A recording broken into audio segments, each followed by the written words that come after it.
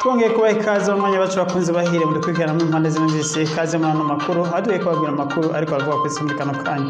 Muri aya makuru turababwira ariko aravuga mu ntambara ariko yahuza Uburusiya n'igihugu ca Ukraine, ndetse turababwira n'ibiko biravugirwa mu nama ya G7 iriko irahuza ibihugu indwi bitunze ku isi, ndetse turababwira n'ayavuga mu Bushinwa aho Ubushinwa bwiyamiriza ibikorwa vya NATO, turababwira n'ayavuga muri Israel, ndetse turababwira n'ayavuga ku mugabane wa Afrika. Kaze muri ano makuru.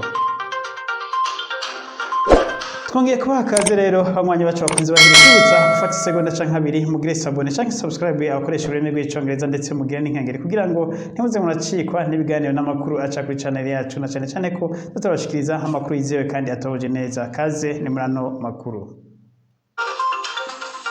Amakuru yacu rero nkuko tubabwiye no reka tuyahere mu Burusiya aho intambara iriko irahuza igihugu cy'u Burusiya n'igihugu ca Ukraine imaze amezi ane harenga ko imisi ibiri, amezi ane neza n'imisi ibiri rumanye. Intambara ihuza igihugu ca Ukraine n'igihugu cy'u Burusiya itanguye muco Burusiya bwise special operation. Ngo rero Burusiya bukaba buvuga ko ari kwambura ibigwanisho igihugu ca Ukraine, ibigwanisho bivuga ko byari ibigwanisho bigiraniye umutekano w'igihugu cy'u Burusiya. Igihugu cy'u Burusiya bivuga ko bino bigwanisho vy'ishingo byari byaravuye mu burengerazuba bw'isi Uburusiya babishatse kuvuga igihugu ca Amerika, ndetse bikavuga n'igihugu c'Ubwongereza. Ibi rero nivyo Uburusiya buriko burakora, ivyo bitari mu kwaka ibigwanisho Uburusiya, aho abandi bavuga ko ari intambara buriko buragira kugeza no munsi. Uburusiya ntibwemera ko buri mu ntambara muri Ukraine, na cane ko Uburusiya bwase kudeklara ko buri mu ntambara yuzuye n'igihugu ca Ukraine. Ibi rero akaba byari byitezwe igihe Uburusiya bwahimbaza umunsi wahariwe intsinzi, aho bibuka igihe batsinda abanazi mu ntambara ya kabiri y'isi yose. Rero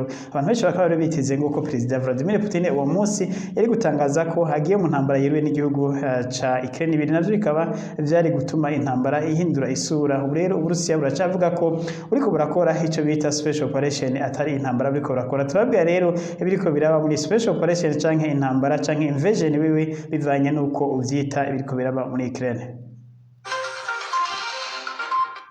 Intambara rero canke invasion bamwe uko bavyita iriko irabandaniza muri Eastern Ukraine canke mu karere ka Donbas region muri rusange, ndetse ikaba yatandukiriye n'ibindi bisagara byinshi cyane, aho Uburusiya buboneka ko bwatanguye gutera ibindi bisagara biri hakurya ya kano karere ka Donbas region. Agaturere ka Donbas region gasa nuko kamaze kugwa neza burundu mu minwe y'igihugu c'Uburusiya, aho hasigaye hari imigwano y'abasirikare bakeya cyane gose ba Ukraine basigaye muri kano karere. Bibutse ko muri indweze ku munsi wa Mungu igisirikare ca Ukraine cakuye abasirikare mu karere ka Donbas region, aho nkuko vyamenyeshejwe na guverineri atwara kano karere ka Donbas region, bakuye abasirikare benshi baba Ukraine kuko babona ko ataco bariko barashobora kugira ngo bagende kwitegura nibura barinde ibindi bisagara bisigaye inyuma ya kano karere ka Donbas region, aho biboneka ko koko gasa nuko kaguye mu minwe y'Uburusiya.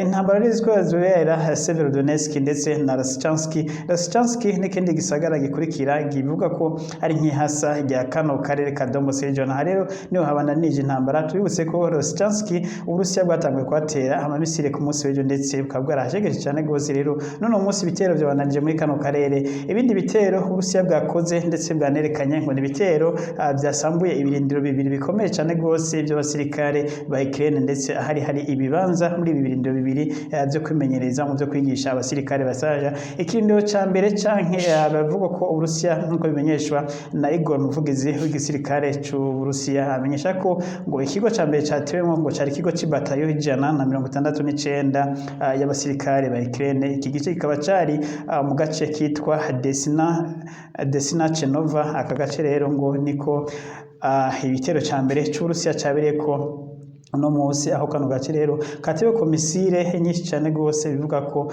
abasirikare benshi bari mu mimenyerezo ya gisirikare nyene baba bapfuye, ndetse ngo n'ibigwanisho byinshi byari muri kano gace vyaturiwe nkuko bimenyeshwa no muvugizi w'igisirikare. Havuga ko ngo bakoresheje ngo high caliber missile ngo zarungiswe zivuye mu kiyaga cirabura canke Black Sea, zaturiye ikigo cyose cya gisirikare c'ibatayo 169. Ikindi gitero nyene ca kabiri cakozwe n'igisirikare c'Uburusiya naho nyene cakozwe ku kigo ca gisirikare ndetse ikigo ca gisirikare naco ngo carimwo ikigo kinini c'imyimenyerezo ni ikigo c'ijana na 184 infanteri ikigo naco kikaba cari mu gace kitwa Stanichi Lviv akaba naho ariho rero hatewe kandi ayandi mamisira akurikira nawe nyene nk'uko bimenyeshwa n'umuvugizi w'igisirikare c'Uburusiya amenyesha ko naho nyene basambuye ibigwanisho byinshi byari baye ndetse bahitana n'abasirikare abo bise ngo abanazi ngo bari mu myimenyerezo yo gutera ingabo z'Uburusiya ibitero byose bikaba byabaye mu rucagucagu guno munsi ibitero bibiri tuvuze ibindi bitero byabananije twibutse ko ku munsi w'ejo haba ibitero byinshi byabaye Lviv ndetse n'ibyabaye Kiev n'ibyabaye Kharkiv ndetse n'ibyabaye Kremenchuk aho ku mugoroba mwabonye ko hatewe kuri supermarché bivuga ngo rero amakuru twatoje no munsi nk'uko perezida wa Ukraine Zelensky yamenyesheje ku munsi w'ejo ko ino supermarché yo muri kano karere ka Kremenchuk yari irimo abasivile ariko rero amakuru twatohoje neza ngo ntabwo yarimo abasivile ahubwo yarimo abasirikare baje kugira bari baje mu masenari bavuye mu bindi bihugu rero ngo bari bashikiye muri kano karere ndetse ngo kano ino supermarché ngo bari mu bigwanisho rero abatasi b'Urusiya bakaba bari babimenye maze bahita bahasuka za misile nk'uko mwabibonye rero Ukraine imenyesha ko ngo abantu bashika 10 bahise bapfa abandi benshi barakomereka ariko rero ikindi cyari bamenyesha ngo nuko muri no supermarché kuba harimo abantu bashika ku gihumbi rero bimaze kumenyeshwa ariko Ukraine simenyeshwa amakuru yigenga independent amenyesha ko muri no supermarché abanyagihugu barimo ahubwo barabasirikare ngo bari baje kugira gufasha Ukraine bamasena bavuye mu bihugu bitandukanye ndetse bamwe ntibari basirikare b'abasivile bari baje kwigishwa iby'igisirikare kugira ngo bafashe igihugu ca Ukraine mu kugwana intambara iboneka ko itoroshe bariko baragwana n'igihugu c'Urusiya turabandanya nano makuru tukivuga nyene ivy'intambara rero ziriko zirabera mu karere ka Donbas region ndetse muri rusange hakono karere koko bisa no ko kafashwe mu ntoke n'Urusiya twibutse ko igihugu c'Urusiya cabanje gufata intara ya Mariupol akaba ari intara nayo nyene yabereyemo intambara nyinshi cyane gose ariko akarere kano gace ka Severodonetsk akariko kabereyemo intambara nyinshi cyane gose ziruta izabereye mu ntara ya Mariupol intara ya Mariupol rero ivyayo ubu isigaye yarabonetsemo amahoro ndetse abanyagihugu bakaba batanguye kumenyera ko muzima musanzwe kuva aho Urusiya bufatiye kano karere ino ntara ya Mariupol nako Burundi atantambara irasubira kuhaba nta by'ibigwanisho birasubira kuhakwe nta n'igihugu ca Ukraine nako ntikiriga gisubira gutera muri kano gace ngo kuko abasirikare b'Urusiya baciye inzira zose igihugu ca Ukraine cyakoresha kugira ngo gisubire gushika mu ntara ya Mariupol intara ya Mariupol rero ifisa no kwifisa amahoro ndetse abanyagihugu benshi bakaba baratanguye guhunguka baratanguye gusanura ivyasambutse turabandanya n'amakuru y'intambara mu karere ka Severodonetsk ndetse na Luhansk ibimenyetso rero byerekana ko Urusiya bwizeye ino ntambara ko buriko burayitsinda bitanguye kuboneka ku munsi wa gatandatu ku mugoroba aho bivuga ko byatanguye kumenyekana ejo ariko ibi byabaye ku munsi wa gatandatu ku mugoroba umushikiranganje wo kwivuna amaso w'Urusiya Shoigu akaba yaragendeye abasirikare bari ku rugamba muri kano karere ka Donbas region ariko ntibiramenyekana neza amakuru yose ntigira yerekana akace akariko yagendeyemo ariko yagiye ku butaka bwa Ukraine nubwo abatasi b'Abanyamerika ndetse n'abatasi ba Ukraine n'abatasi b'Ubwongereza batigeze babicana ikanda ariko rero umushikiranganje wo kwivuna amaso Shoigu w'Uburusiya ndetse akaba ari mu bagenerale bizewe cyane gose ba Perezida Putin ndetse bari hafi ya Perezida Putin yaragendeye abasirikare bari ku rugamba muri Ukraine aho ndetse yatanze n'imidari myinshi cyane ku basirikare baba Rusiya bari ku rugamba ibero bikavuga ariko ngo gace bo yararimo ngo kari gacunzwe cyane gose ndetse bavuga ko bari bahashize antimisile y'ubwoko bwose kugira ngo bakingire umutekano we ndetse n'ikirere kuko yagiye n'indege ya gisirikare muri kano karere ko ikirere cyacunzwe bikomeye cyane gose kugira ngo ntahave ahura na za misile zivuye muri Ukraine ndetse cyane ngo baba umutagetinze abanyamerika bafashe Ukraine kumwaka ubuzima rero bikavuga ko umutekano wiwe ucungerewe ku rugero ku rwego hejuru ndetse abatasi b'abanyamerika n'abatasi ba Ukraine bakaba batabicikana Rwanda bagiye kubimenya ari uko video zigiye habona z'uko yagendeye abasirikare bari ku rugamba muri Ukraine. Twibutse ko ibi ari ibintu bikomeye cyane gose kuba umutegetsi akomeye cyane gose yaragendeye igihugu kitari igihugu ciwe kandi kiri mu ntambara, aho rero bisa nuko yizeye ko ingabo ziwe zamaze gufata igihugu ca Ukraine, kuko ibi ni ibintu bikomeye cyane gose atari gupfa kugira iyo ataba yizeye ko ingabo ziwe zigenzura agace yaramaze kugenderamwo. Ubu rero Perezida Putin biboneka ko amaze gutuza, aho abona ko intambara iri kwiragenda neza. Twibutse ko igihe bakuye abasirikare mu zindi ntara bakagarukana abasirikare bose b'Uburusiya mu gace ka Donbas region, ko abasirikare bakuru b'igihugu c'Uburusiya bahawe itegeko ko ukwezi kumwe kutarenga bagomba kuba bafashe akarere kose ka Donbas region. Iboneka rero ko itegeko bahawe na Perezida Vladimir Putin ko baba bamaze kwishira mu ngiro, kuko ukwezi ntikurahera batanguye intambara za kabiri zo muri kano karere ka Donbas region. Bikaboneka ko akarere ka Donbas region bakaba bamaze kugashira mu minwe ya Perezida Vladimir Putin, aho rero biboneka ko n'ubu bafise imigambi yo kubandanya intambara no tundi duce twose dukurikira. Ubu rero n'uno munsi rero imigwano ibandanya iba n'abasiyeho n'uno munsi kandi ibitero byongeye kuba na Kharkiv gisagara gikuru kigira kabiri uvuye ku mugwa mukuru Kiev. Ni ntara niniya kandi iruta izindi ntara zose mu gihugu ca Ukraine. Kino gisagara ca Kharkiv kikaba rongereye no guterwa uno munsi.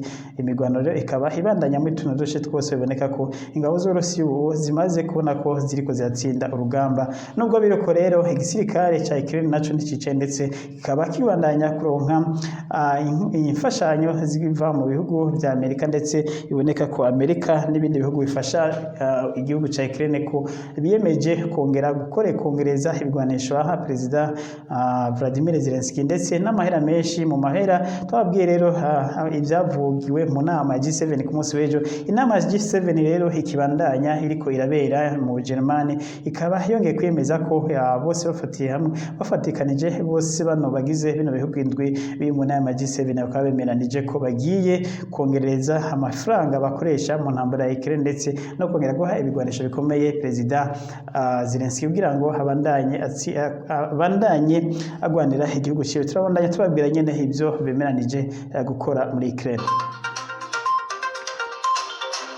Bino bihugu rero vya rutura, ibihugu indwi biri mu gize umuryango wa G7, bikaba byose vyemeranyije hamwe itegeko ryari iyi ngingo yari yapropojwe n'igihugu ca Amerika. Perezida Biden niwe yari yasavye ko bose boja hamwe, ndetse bagasinyira ku mugozi kugira ngo bahashe Perezida Vladimir Putin uko vyoshoboka kose. Bakaba rero mu miliyaridi 60 z'amadolari miliyaridi amajana 600 z'amadolari y'abanyamerika bemeye kwegeranya, bakaba menshi bayageneye igisirikare ca Ukraine, aho igisirikare ca Ukraine kigiye kuronka inkunga nyinshi cyane gose muri aya mafaranga. Aya mafaranga nkuko twabivuze na mafaranga agera ku miliyaridi amajana 600 bino bihugu ndwi vyemeranije, ariko nta kabatazokora mu by'intambara akabazokora mu iterambere rya bino bihugu, ndetse n'ibindi bihugu biri mu nzira y'amajambere nkuko twabivuze. Ariko rero priority akaba ari intambara ya Ukraine, aho bavuze ko bose bagiye kuja hamwe bige ibishoboka byose bashobora gukora kugira ngo basubize Putin inyuma, ndetse ngo bace inguvu igisirikare c'Uburusiya. Ariko rero bikaba biboneka ko bitagiye kuborohera, kuko Perezida Vladimir Putin aboneka ko amaze kubona neza ivyo gukora mu intambara igitangura. Uburusiya vyaboneka ko bwagiye gutera gusa butarategura neza uko bugomba gukora intambara, ariko rero biboneka ko abajenerale b'Uburusiya bamaze kwiga neza uko bazokora intambara. Biboneka rero ko bigiye korohera Burayi na Amerika. Uko vyagenda kose biboneka ko igihugu c'Uburusiya gishobora gutsinda ino ntambara. Ibimenyetso byose vyerekana ko igihugu c'Uburusiya kiri kure cane gose y'imigambi Perezida Zelensky n'abamushigikiye bafise, aho bivugwa ko ndetse Uburusiya bukoresha abasirikare bake. Ubwa mbere bwatangiye gukoresha abasirikare benshi kubera bamaze kubona uko bakora ino ntambara. Ico bakora cane gose abasirikare b'Uburusiya no kugira iperereza yo kumenya ahantu hariho hose hariko harabera imyimenyerezo ya gisirikare canke hari abasirikare ndetse n'ibikoresho vya gisirikare. Ibiro bakaba ari bariko barakoresha cane gose kurusha kurumika y'abasirikare benshi. Ibi rero bikaba biboneka ko biriko birabafasha cane gose, kuko ibigwanisho vyinshi cane gose birungikwa muri Ukraine vyinshi bisamburwa bitarakora. Turabandanya n'amakuru.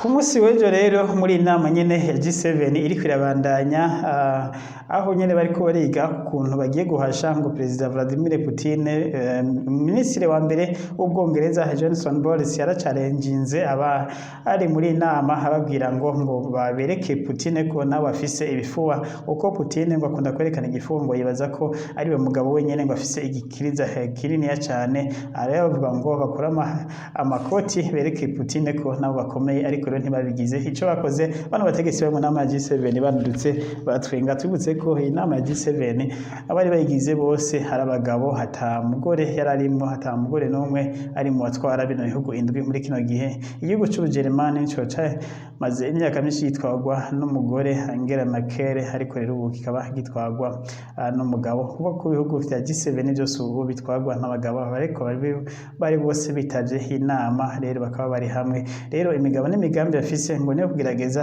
gusubiza inyuma ingabo z'Uburusiya, ntibigera bivuga kuko bogira ibiganiro n'Uburusiya, ahubwo bavuga ko ico bakwiye gukora hari intambara kugira ngo basubize inyuma igihugu c'Uburusiya, ariko rero biboneka ko ibi bitagiye kuborohera nk'uko twabivuze mu makuru yo hejuru. Turabandanya n'ano makuru yacu tubabwira ibindi bivuga ku isi inyuma y'intambara y'Uburusiya na Ukraine.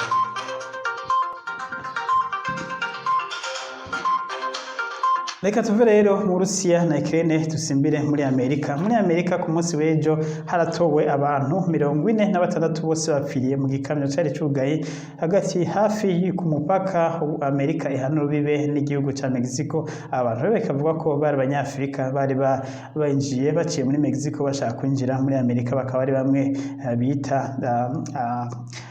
abaza gusaba ubuhungiro muri Amerika. Aba rero bose ngo bari bazanywe n'umuntu ngira ngo babarahaye amahera abashira mu gikamyo kitwara imizigo habinjiza muri Amerika. Kino gikamyo kikaba cari cugaye ku buryo babuze aho bahemera, maze rero barapfirayo 46, abandi 15 bakaba bakuweho bagira bari ndembe cyane gose, bakaba baraja mu bitaro. 15 baja mu bitaro, 46 bakaba barapfuye. Bivugwa ko kuva amateka y'abacakuru no mupaka yakavugwa, ubu bano bantu babaye abambere bapfuye ari benshi mu gihe kimwe, ariko tubutse ko atari bwa mbere kuno mupaka hapfiriye abantu baje muri amakamyo mu makamyo nk'uko bakabura impwemu, ariko rero abantu babaye benshi cyane gose, abantu 46 bose bakaba batowe bamaze kwitaba Imana kubera babuze aho bahemera muri iyo kamyo. Ikamyo iboneka ko yoba yari yamaze yafashwe n'igipolisi igiye kwinjira muri Amerika, nakuvuga ko abatwaye bagize urugendo runiniya, maze bano bantu babura impwemu, babura n'ingene bakomerekana n'uwari abatwaye, maze bapfira muri kino gikamyo. Urumva ko hari inkuru ibabaje ku miryango yabuze ababo. Turahojeje ababuze ababo. Tukivuga nyene n'amakuru yo muri Amerika, igisirikare ca Amerika cyarungitse abandi basirikare benshi cyane gose bagiye gufasha muri NATO. Aba basirikare bashika hafi 1500 bakaba bagiye muri Romania. Romania niho bagiye gushikira. Abasirikare bakaba bavuye ngo muri batayo ya 12 y'igisirikare ca Amerika gwanira mu kirere, ndetse abasirikare bakaba bose bashitse muri Romania bagiye kwifatanya n'izindi ngabo za NATO ziri muri kano karere kugira ngo bashishikare gucungera umutekano w'ibihugu byo muri NATO. Twibutse ko kuva intambara y'Uburusiya na Ukraine yatangura, abasirikare ba Amerika benshi cyane gose bamaze kuza mu bihugu by'Uburayi kwifatanya n'ingabo za NATO gucungera umutekano w'ibihugu bigize NATO, aho igihugu ca Amerika cavuze ko kizokora ibishoboka byose kugira ngo gicungere ibihugu biri muri NATO mu gihe byotegwa n'Uburusiya. Rero bikaba ari muri ntumbero ca Amerika kibandanya kirungika abasirikare benshi mu bihugu bigize NATO. Bivuga ko nibura abasirikare bashika 25,000 b'abanyamerika bamaze kwiragizwa mu bihugu bigize umuryango wa NATO. Ibi rero ni nko gutinya ko Urusiya guhava bwambuka bugatera ibindi bihugu bigize NATO, maze bakaba bashaka ko baba biteguye igihe ivyo bamara ko byo amuka bibaye bagaca bahita batana mu mitwe n'igisirikare ca Amerika. Turabandanya n'ano makuru yacu.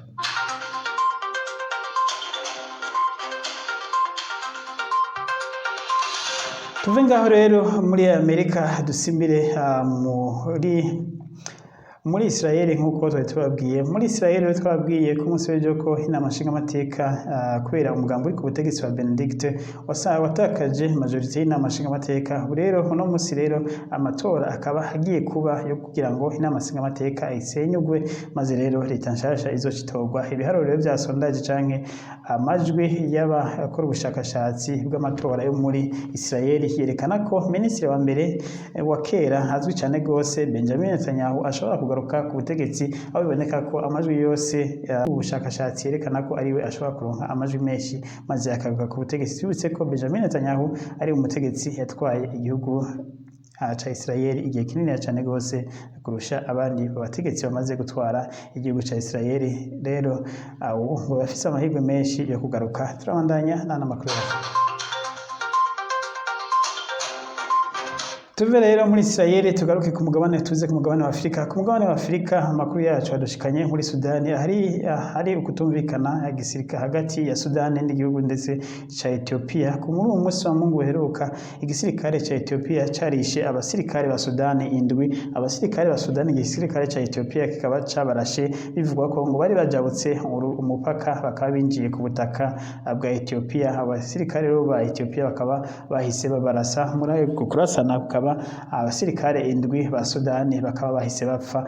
Ubu rero uno munsi umusirikare mukuru wa Sudani canke ndetse akaba nawe afise ubutegetsi nka minisitiri wa mbere wa Abdulahi Fatah akaba yagiye kugendera ako karere karimo bano basirikare kano karere kapfiremo bano basirikare na kumatunga gasanzwe gahana mu rubibe n'igihugu ca Ethiopia, aho yamenyesheje ko Ethiopia igomba kwishura ivyo yakoze ndetse yavuze ko igisirikare ca Sudani kigiye kwihora, aho ngo batakwemera ko Ethiopia izahera bacokoza. Ethiopia rero yahise imenyesha ko abasirikare ba Sudani barashwe kubera bari barenze imbibe zabo binjira ku butaka bwa Ethiopia. Tubutse ko kano karere bama bakagwaniyemo abasirikare ba Ethiopia ndetse n'abasirikare ba Sudani, aho ku ruhande rumwe Sudani yemeza ko akarere kabwo ariko Ethiopia nayo ikemeza ko akarere kabwo. Umushikiranganje w'imigenderanire n'andi makungu wa Ethiopia yahise amenyesha ko abasirikare rero bari barenze imipaka arico gituma barashwe, ariko rero Abdul Fatah wewe asanzwe wari wayoboye igihugu ca Sudani akaba yavuze ko ngo ibi Ethiopia yakoze bigomba kuryozwa, igomba kwishura ndetse akaba yamenyesheje ko ngo atamaja mu menshi yovuga aho yari yagendeye zino ngabo ziri muri kano karere, aho yabwiye ingabo zibe ko ngo zihangane ngo ariko Ethiopia igiye kwishura. Biboneka rero ko intambara hagati ya Ethiopia na Sudani ishobora kwaduka ikerura ko igihugu ca Sudani camenyesheje ko kigiye kwihora uko vyagenda kose gitegerezwa kwihora. Mwakoze rero abadukurikiranye naduce turangiza amakuru ko twibutsa ko intambara muri Ukraine zabandanije ndetse zikwira n'utundi turere urenganye agace ka Donbas region kari gasanzwe kaberamo zino ntambara. Mwakoze mushikare kugira ibihe vyiza, Imana ishikare kubazigama. Twibutsa kugira sabone canke kugira subscribe ibisigaye naho makuru yacu hanyuma mugire ibihe